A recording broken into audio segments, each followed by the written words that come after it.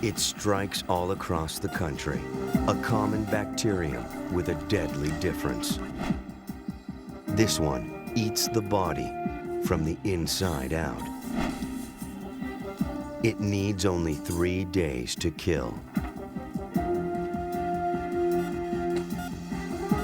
And as health authorities race to stop its spread, even they can't be sure where it's coming from or who it will strike next.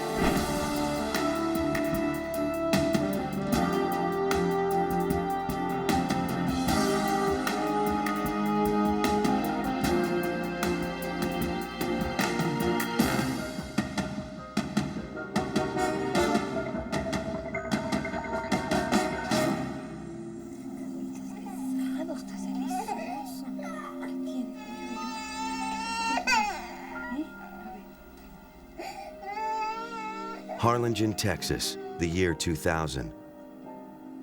Marcela Lawler's 11-month-old son, Marion, had been recovering from chickenpox when he suddenly took a turn for the worst.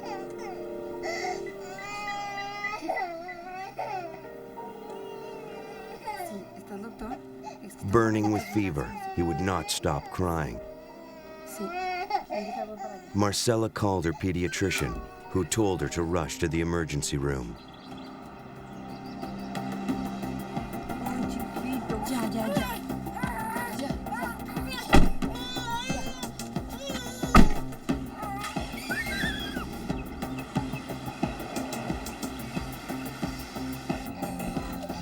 At Valley Baptist Hospital, nurses were standing by.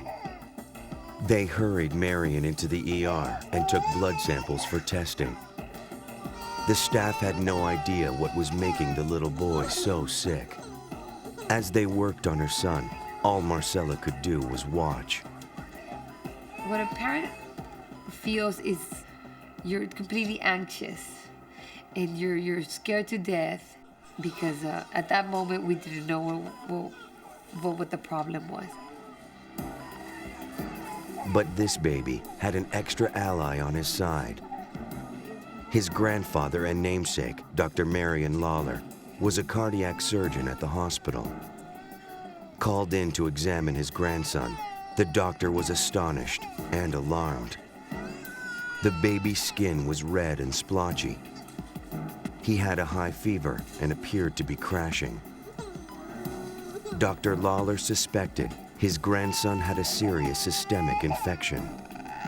The little boy's organs were beginning to fail.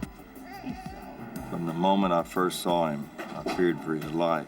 His vital signs were terrible. His heart was racing over 200 beats a minute. His respirations were shallow, 60 times a minute. Blood pressure was low. I knew he was critically ill.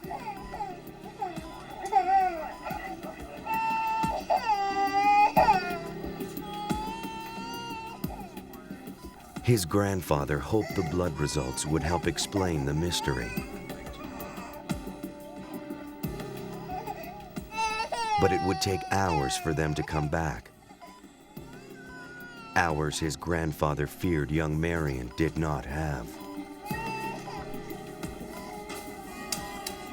Dr. Lawler said, just prepare yourself because he's going to get a lot more sick and it's going to take a lot more time for him to get better. I'm sorry. And so then I knew that he was very, very ill and that it was going to take much more time for them to stabilize him. Dr. Lawler knew his facility didn't have the resources to treat young Marion. By this time, the young child's arm was beginning to turn blue from poor circulation. He called the Texas Children's Hospital in Houston for help. Larry, let me tell you about my grandson. He's 11 months old. He's got bad sepsis. I don't know what's the matter, but he's got a blood clot in his right arm already. It's blue. I briefly described his condition to them, and they readily agreed that he needed to come up there as soon as possible. Okay, how soon? Every second would count. The Children's Hospital sent a medical transport plane. The medevac plane rushed to Harlingen to pick up the child. It carried critical care nurses and pediatrician Cynthia Peacock. We talked to the intensive care specialist in the unit, They felt that we were going to have to do some initial work on him before we could actually get him back on the plane and back to Houston. I don't think they knew the extent of it. We were worried. But the infant was too sick to be moved right away. With his blood pressure plummeting, Dr. Peacock and her team worked to stabilize baby Marion. He had chicken pox about 5 days ago, and it didn't bother him. Yeah, he was getting over it. His illness defied all their attempts, and they were running out of time.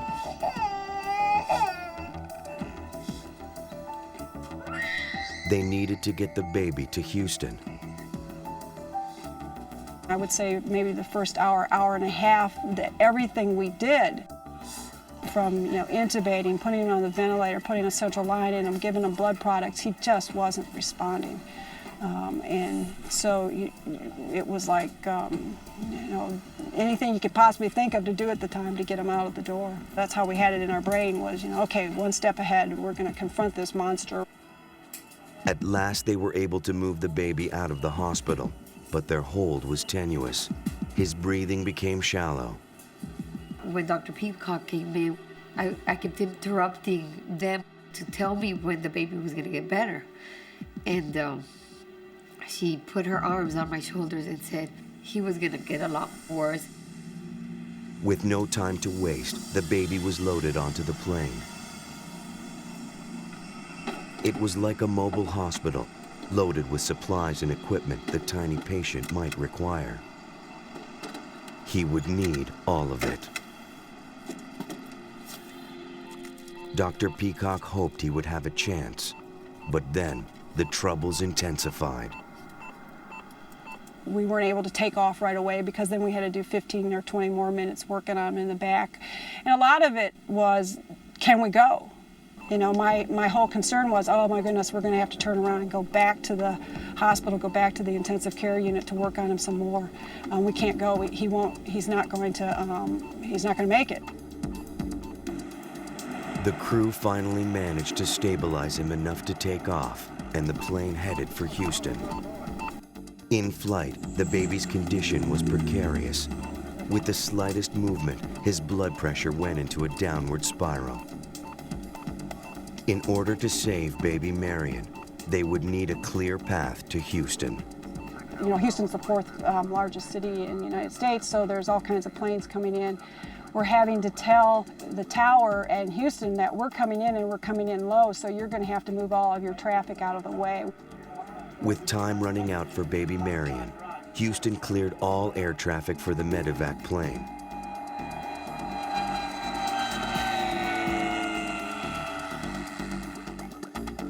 Young Marion was rushed into the intensive care unit at the Texas Children's Hospital in Houston. A swift-moving disease was ravaging the 11-month-old. His heart and lungs weren't pumping enough blood and oxygen through his body. His vital organs were in jeopardy. They thought he might be suffering from a strep infection, but they had never seen one so severe. Pediatrician Dr. Larry Jefferson and his team went right to work.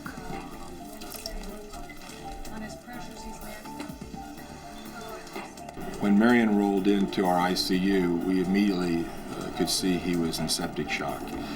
His body was swollen, his face was swollen, his face was red, and we were concerned. X-rays showed that the life-saving fluids pumped into young Marion's body were filling his lungs. The doctors had to clear his airway. We're really filling up those lungs. When the blood tests came back, they were definitive. Baby Marion had a severe strep infection. Doctors thought this might be related to his bout of chickenpox. The opportunistic bacteria had invaded his body through open blisters and traveled through his bloodstream. For Marcela and her husband, Marion Lawler, waiting for the prognosis was agonizing. Difficult, I know, for you. It's been difficult transport up. As you know, Marion was very unstable mentally. He was unstable on the plane. And the vascular space is leaking and problems keeping his blood pressure up. And the fluid is leaking through his vessels into his lung, into his tissue. we're also concerned about. It seemed like it must have been 2 or 3 in the morning. We were retrieved by Dr. Jefferson and explained to us that Marion had chickenpox complicated by this invasive strep A bacteria, which had sent him into streptococcal toxic shock syndrome. And he'd explained to us that the antibiotics had begun working, but that the antibiotics had caused the bacteria to release a toxin that had basically perforated our son's vascular system. And I knew that that was not good at all. Baby Marion was given a less than 1% chance of survival. Is, of course, the shock that he's had, the continuing problem keeping his blood. When they told us that he might not make it, we immediately called our parents and said, you know, Marion, they're telling us he's not going to make it. It's very serious and he probably will not make the night. And so that was, at that moment, the doctors were, nobody was smiling. Everybody was dead serious, and they were not giving us any signs of hope. Dr. Jefferson briefed the child's grandfather. He told him that strep can take many dangerous forms. He feared the infection in Marion's arm could turn to necrotizing fasciitis, more commonly known as flesh-eating bacteria. This disease is extremely rare and extremely deadly. I went to the computer laboratory and looked up specifically the toxic shock syndrome associated with beta hemolytic streptococcal infection, and that's when I really became frightened. Dr. Lawler had to do something. Texas Children's Hospital is associated with nearby Baylor College of Medicine. At Baylor, Dr. James Musser had already studied a 1998 outbreak of invasive strep. He knew the dangers of the bacteria all too well, how it releases toxins into the blood, attacking organs and eating away flesh. It's sort of like having rockets coming at you, each of which has a different toxin associated with it. It's a very, very clever organism, a very wily organism. That facilitates these kinds of infections. Strep itself is all too common. Anyone who's ever had a strep throat has encountered it. But sometimes, in a few rare cases, a virulent strain of the bacteria will cause severe disease. Perhaps the most terrifying manifestation is necrotizing fasciitis, known as flesh-eating bacteria, the disease that literally eats away human flesh.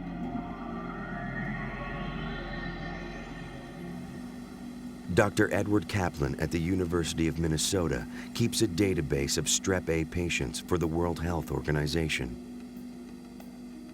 Many of the patients who develop toxic shock and necrotizing fasciitis, they've had some kind of injury. It almost seems as if the organism tends to gravitate to areas of damaged tissue.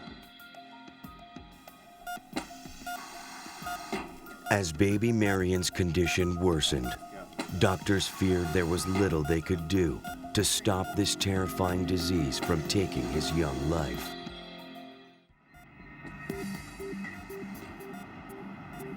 In the year 2000, a toxic bacteria was threatening the life of baby Marion Lawler.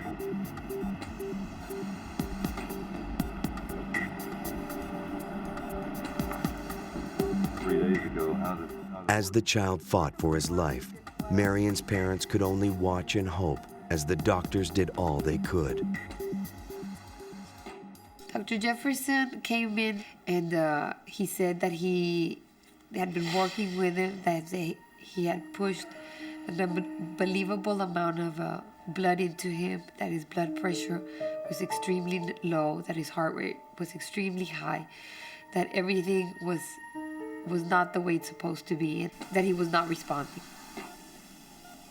As Marion Lawler clung to life, doctors in Texas began to draw on information they had learned from dealing with this disease for over 2 years.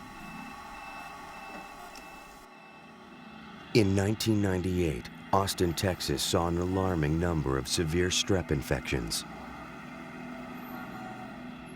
Cases of invasive strep are rare, but when they show up, it's usually in a cluster.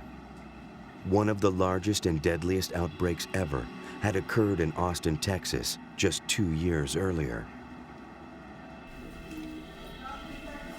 In 1998, Tom Hastings came to the emergency room of an Austin area hospital.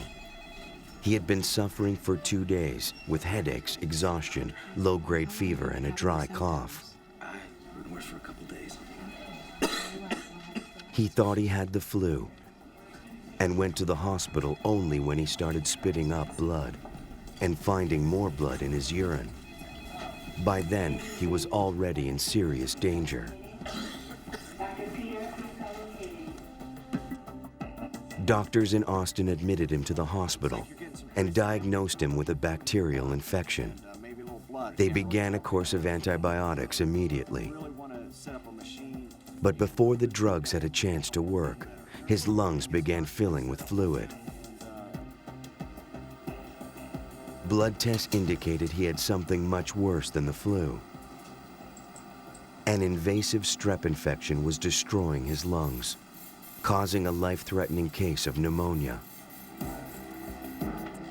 As doctors were trying to treat Hastings, 43-year-old truck driver Dan Cooper woke up to discover something terrible on his side. Strep toxins caused blood vessels under his skin to burst, leaving a large blister. Hey, how you doing? Dan hurried into the ER. Hang on, let me just take a look at this for a second. The doctor immediately recognized the danger. It is painful, huh? It's sore. Okay. It's unbelievably sore. It looks like we're gonna have to do some surgery. Yeah, I better call my girlfriend. Antibiotics alone would not stop the runaway infection. Dan was quickly prepped for surgery. He was diagnosed with a devastating strep infection that was eating away his flesh at the rate of 1 inch per hour. The doctor would have to cut away the infected tissue before more of his body was destroyed.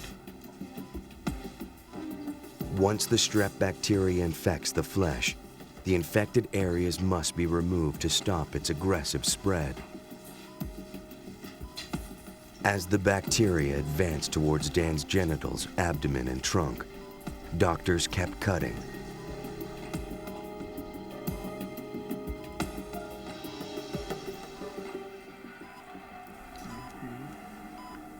Over the next 5 days, he endured 6 surgeries.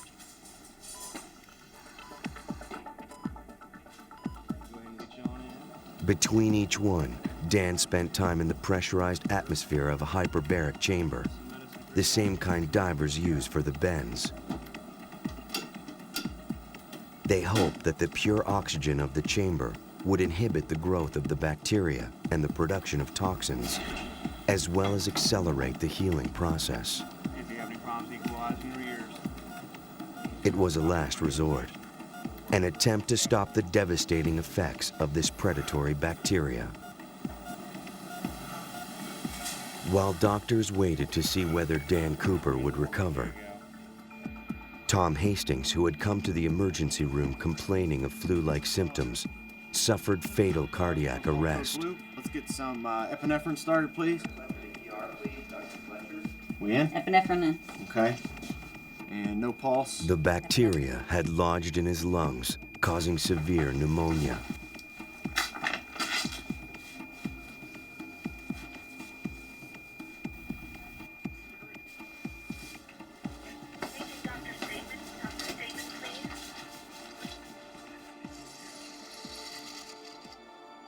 At the Austin Travis County Health Department, Betty Vickers had received other reports of sudden deaths.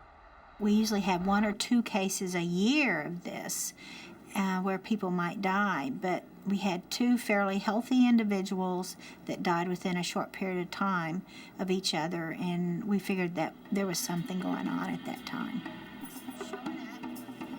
This deadly disease was on the upswing, and Betty Vickers needed to know why. The state health department reported they had seen a rise in deaths due to invasive strep infections all across Texas. We knew we had a problem. There was no question about it at that time. We had to do something to help protect the community. Betty Vickers had to find out where the flesh-eating bacteria was coming from before she could hope to stop it. He was fine at night. He just woke up. Vickers tried to find a common connection between the victims by interviewing their spouses and co-workers. Coughing. So I took What she found was a mystery begging to be solved. No, he was very healthy. We could not find any commonalities among these cases. They were different ages, different parts of town, different backgrounds, different cultures. We couldn't find any link between these people. Nothing. And still, the victims kept coming.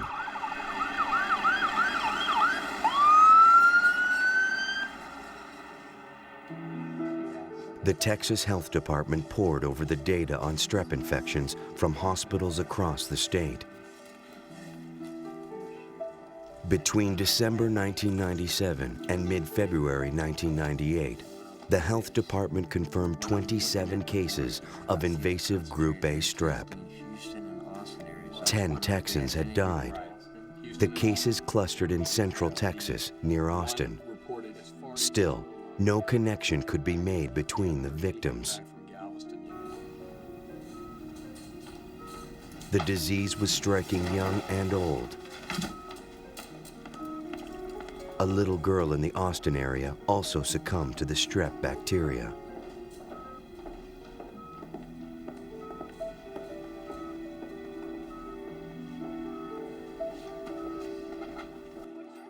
Nurses went to the little girl's daycare center to take throat cultures of the other children and staff to see if they carried the deadly bacteria. Open up real wide and stick your tongue out. They provided antibiotics to anyone who came in contact with the child. Stick it out for me.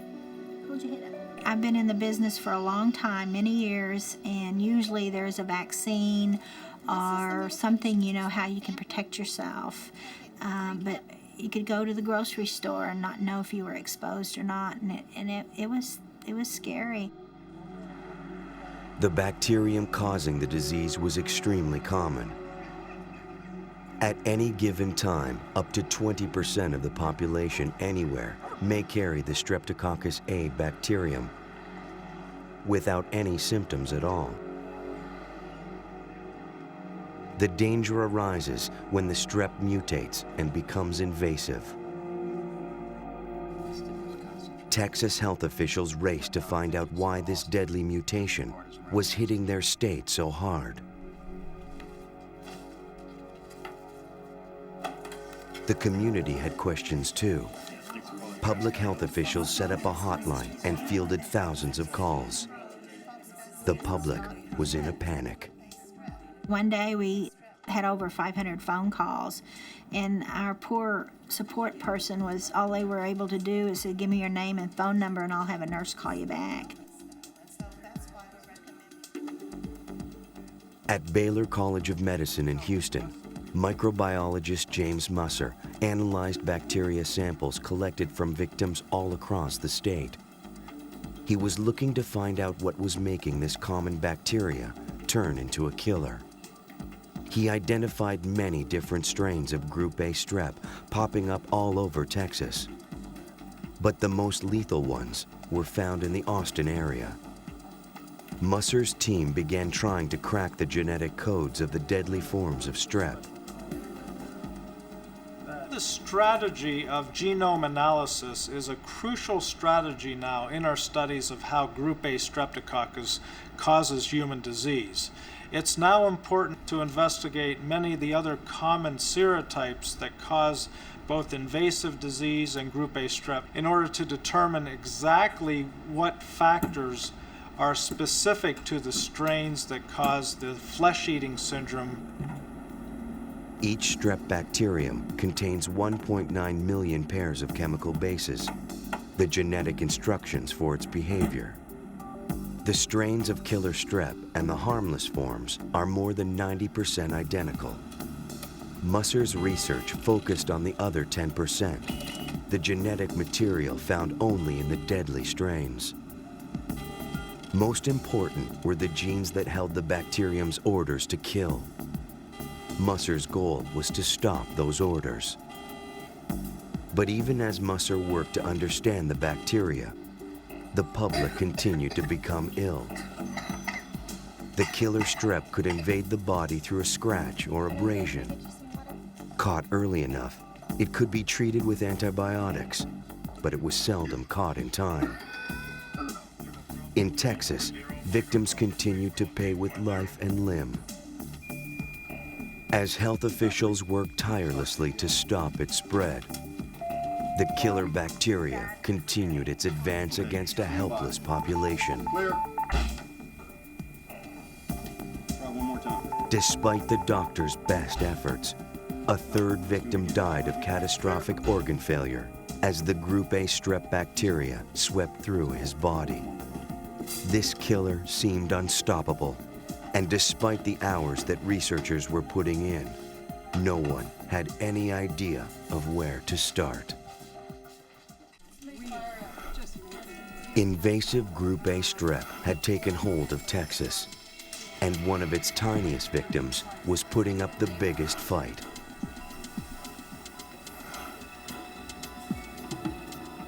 "11-month-old Marion Lawler IV suffered the many horrors of strep infection. Not only was he enduring strep-induced toxic shock, but he also fought a case of streptococcal pneumonia.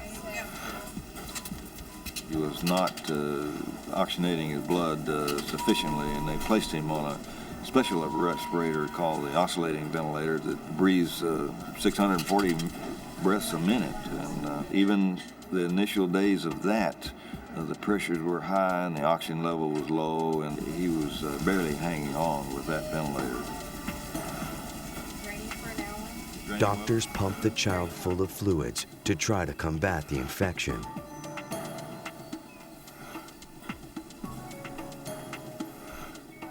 The drastic life-preserving methods rendered the infant unrecognizable, even to his father.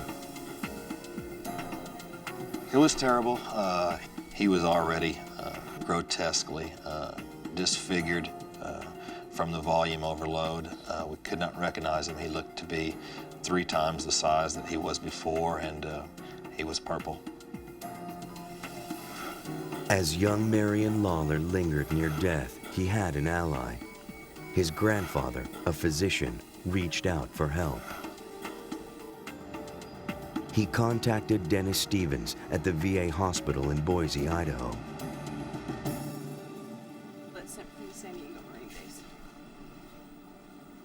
Over the years, Stevens had become the leading authority on invasive Group A strep.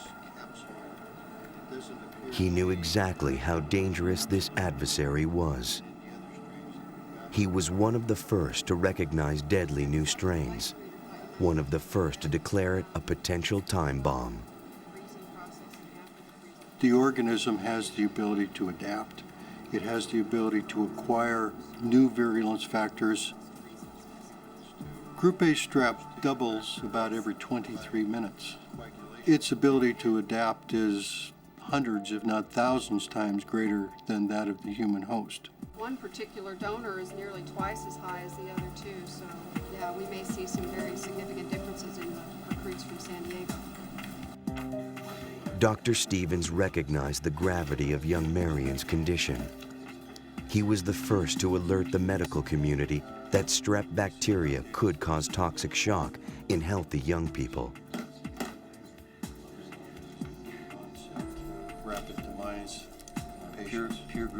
In his 20 years of experience with the disease, he had seen a growing number of cases in patients around the world.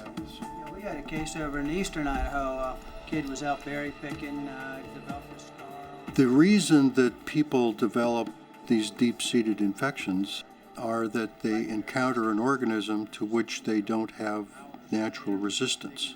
They don't have antibodies against the organism itself or some of the toxins it produces. 3 or 4 hours later, But Dr. Stevens had also begun to develop a way to combat the disease.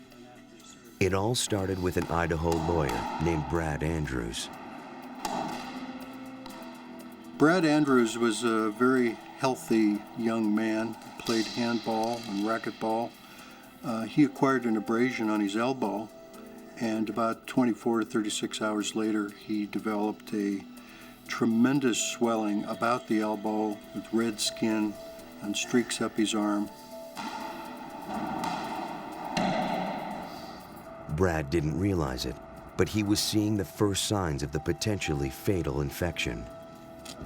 I went to work, and it was probably 3 to 4 hours later, and the symptoms were continually getting worse.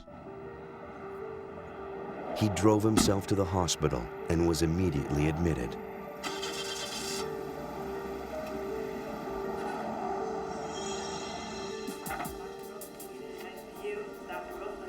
The first night I was in the hospital, they told me that my blood pressure dropped very low, and I asked him, I said, what's going on? And he said, he goes, I don't know, but if you don't get your blood pressure up, you could die.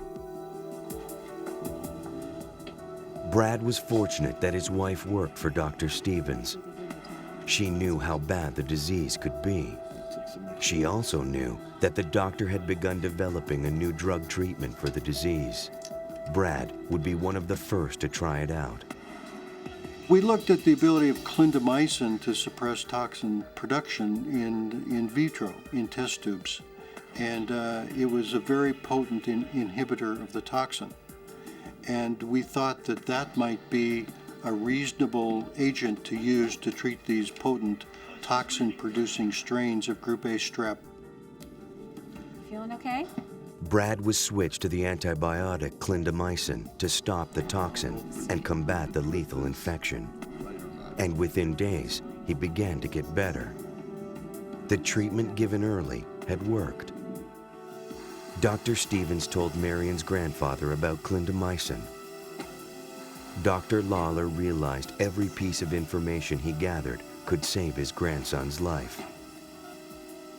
The young boy's father was desperate for anything to help his son. Really, we were living every second of every single day for our son. Any change in his blood pressure, 1 degree or the other, change in his temperature, in his urine output, in his breathing capabilities, we were really hanging on by a thread at that point. First week or two, the news just seemed to be getting worse and worse and worse. Marion was now being kept under a heated blanket to try to stabilize his body temperature and combat further infection. He was in desperate need of a medical miracle.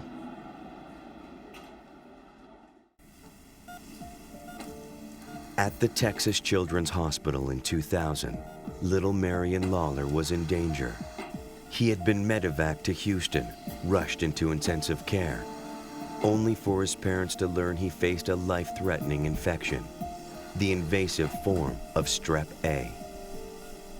But now the research of his grandfather and the lessons learned from other strep patients would begin to pay off. The baby was given a full spectrum of antibiotics, including clindamycin, to fight the lethal bacteria. Finally, the infant began to stabilize.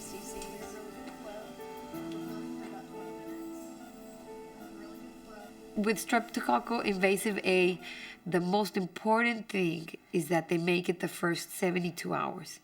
So for us to make it those 3 days was, we were actually happy. He made it, he's gonna get better. And then his kidney shut down. And then he gets the pneumonia. Then we think he might lose the arm. It took the constant vigilance of the Lawler family and an army of doctors and nurses to keep the infant's body functioning at its most basic level. There were about 19 different pediatric specialists that were involved in his evaluation or his treatment in some capacity. The Federal Centers for Disease Control and Prevention had found that of the more than 100 strains or variations of the Group A strep, 2 were found to be most life-threatening, M1 and M3. The CDC found that these strains were more likely to be fatal, more likely to cause dangerous clusters of cases, like the one in Austin. The Austin area had become a boomtown, and public health nurse Betty Vickers feared the unusual strep was the downside of the city's success. At that time, this area was having a significant growth, population increase. We don't know if that's how it was introduced or not, but you can kind of suspect or think that way. Public health officials believe the influx of new residents from across the country might have introduced the new strains of strep. The locals had no resistance. This is how the scientists believed that victims like Dan Cooper and baby Marion Lawler had become infected. But despite having some luck with treatments, they were still looking for a cure. The doctors continued to gather research from all over the world. Information on a new form of treatment came from thousands of miles away. Doctors in Canada were reporting they could reduce invasive strep fatalities. In Toronto, Kathy Mulville led a busy life with her husband and young daughter. She seldom let a cold bother her. But one morning in 1994, she felt particularly ill. I went to bed one night after having some family over for a birthday party and woke up in the morning feeling as if I had the flu. And I also had a really severe pain in my right arm. To me, it actually felt like it was also down part of my back. Kathy hoped it would pass, but by the next day, she only felt worse. Pain relievers weren't working on her sore arm. She grew concerned that she was suffering from more than the flu. Yes. Let's go ahead and take your temperature. Kathy went to the doctor, but her strange collection of symptoms did not present a clear diagnosis. The physician said that she couldn't find any reason for the extreme pain, that she was concerned about it. So she said, you know, if you wake up in the middle of the night and you're afraid, go to the emergency department and explain to them what's been happening to you over the last few days. That night, she went to the hospital. By the time she got to the emergency room, her kidneys were shutting down. Her white blood cell count rose, indicating a severe infection as her throat and chest began to swell. She was rushed to the ICU. Diagnosis: massive infection. Cause: unknown. Apparently the resident who was on duty called around the country trying to figure out what was wrong with me and got in touch with Dr. Lowe at Mount Sinai Hospital. The resident described the symptoms to strep expert Donald Lowe, who suspected that Kathy's toxic shock might have been caused by Group A strep. So tell me a bit about how he's doing. If that were true, her prognosis looked grim. We told the family that, in fact, the likelihood of her dying from this illness was about an 80% chance. We wanted her transferred to Mount Sinai Hospital, so not only could we institute the appropriate therapy, but also carry out the appropriate surgery. On Dr. Lowe's orders, Kathy was rushed to the better-equipped hospital. They had to remove the infected flesh before the deadly bacteria spread too far. But surgery was just the beginning. With Kathy's life on the line, Dr. Lowe decided to try a brand new treatment they had been experimenting with. It was called immunoglobulin therapy. Delivering a concentrated version of the body's own antibodies, the therapy was thought to inactivate the dangerous strep toxins.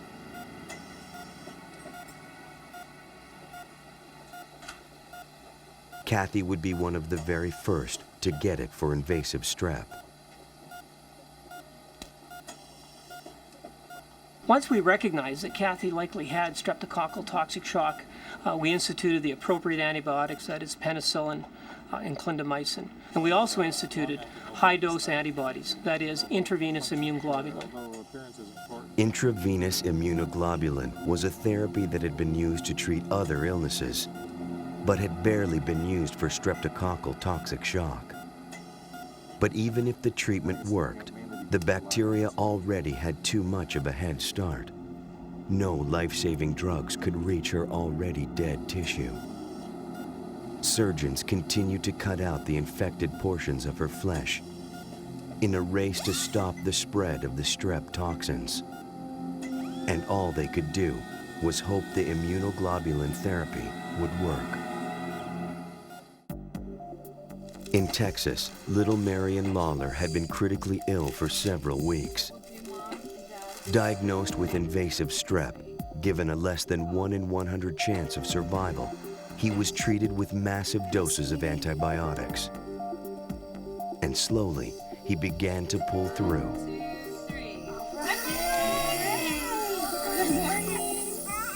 After a month of intensive care, he was taken off the ventilator and began to breathe on his own.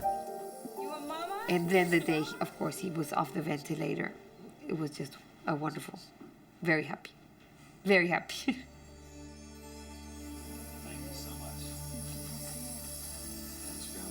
Baby Marion was on the road to recovery.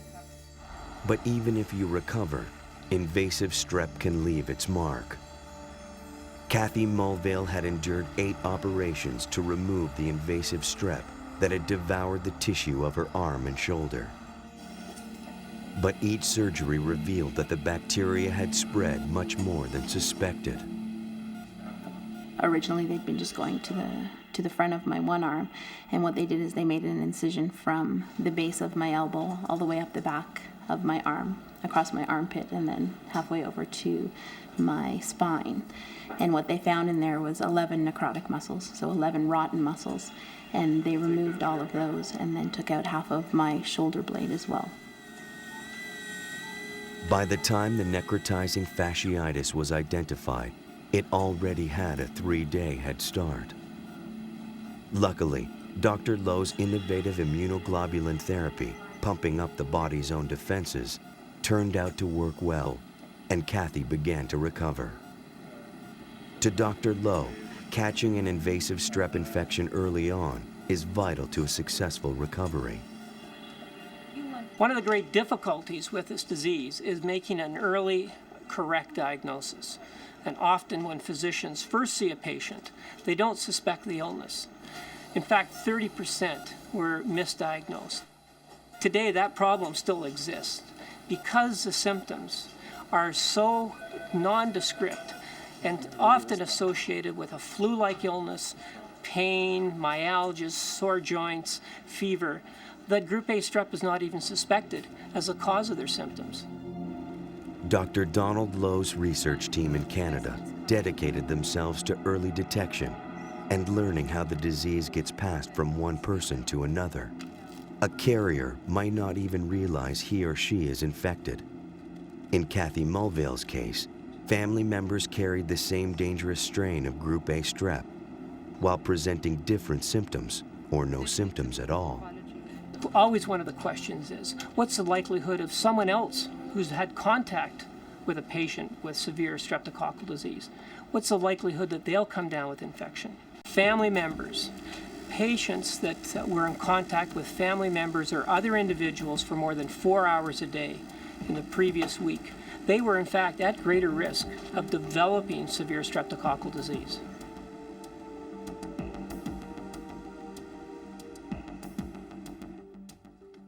In trying to determine how she caught the disease, Kathy recalled a small cut on her little finger, hardly noticeable, Goodness, would you please cover your mouth when you cough? Here's a tissue. but an open invitation for the bacteria to invade. The theory is that one of the children coughed, got bacteria on their hand, and then held my hand. The bacteria worked its way in through the cut and then up into the soft tissue in my shoulder, where I had perhaps torn a muscle using this new ski machine, and that's where all the damage began. Today, Kathy Mulvale is living a full and healthy life. She started an organization to help spread the word about the dangers of the strep bacteria. Her organization produced a brochure called a Life Guide to help people recognize the symptoms and severity of the disease, and to persuade their doctors to consider it as a possible diagnosis. A parent or a patient or a husband or spouse can go into a physician and say, this is what we're experiencing right now. Is it possible that this person has necrotizing fasciitis? And for a physician to recognize necrotizing fasciitis is very difficult. If they've never seen it before, they will think that you have a pain of some sort and that you have the flu, and they will send you home. But the Life Guide, you can confidently them on whether or not that's what you have. Patients in Texas have benefited from Kathy's experience and Dr. Lowe's immunoglobulin therapy.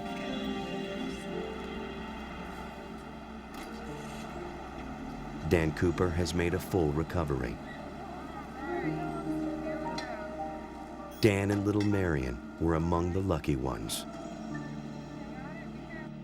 In just the first 5 months of 1998, Texas had 232 cases of invasive strep A. In less than 6 months, 33 people died. A third of them were children. Today, the CDC reports as many as 1,500 deaths are caused yearly by the invasive Group A strep bacteria. To prevent this type of devastating outbreak, Dr. James Dale and his team at the University of Tennessee are working to create a vaccine. He is combining proteins from 26 different strains of Group A strep. Thanks to research in genomes, Dr. Dale and others can select the bacterial proteins that will, it's hoped, cause antibody production without causing illness and guard against the disease. This vaccine was designed to protect against 80 to 90% of those serotypes that are responsible for serious invasive disease, and also 80 to 90% of those types that cause uncomplicated strep throat. We believe that the vaccine will have a significant impact on the entire burden of streptococcal disease. You better get in the boat. The vaccine could prevent thousands of cases like that of baby Marion Lawler.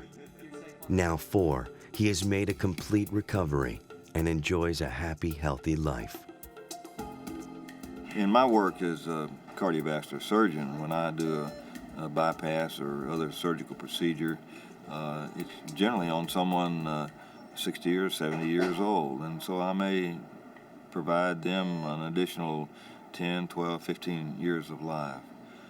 But when you save a child 1 year old, you're giving him his entire life. The bacteria still mystifies. The disease still threatens. But now that gift of life may be within our grasp.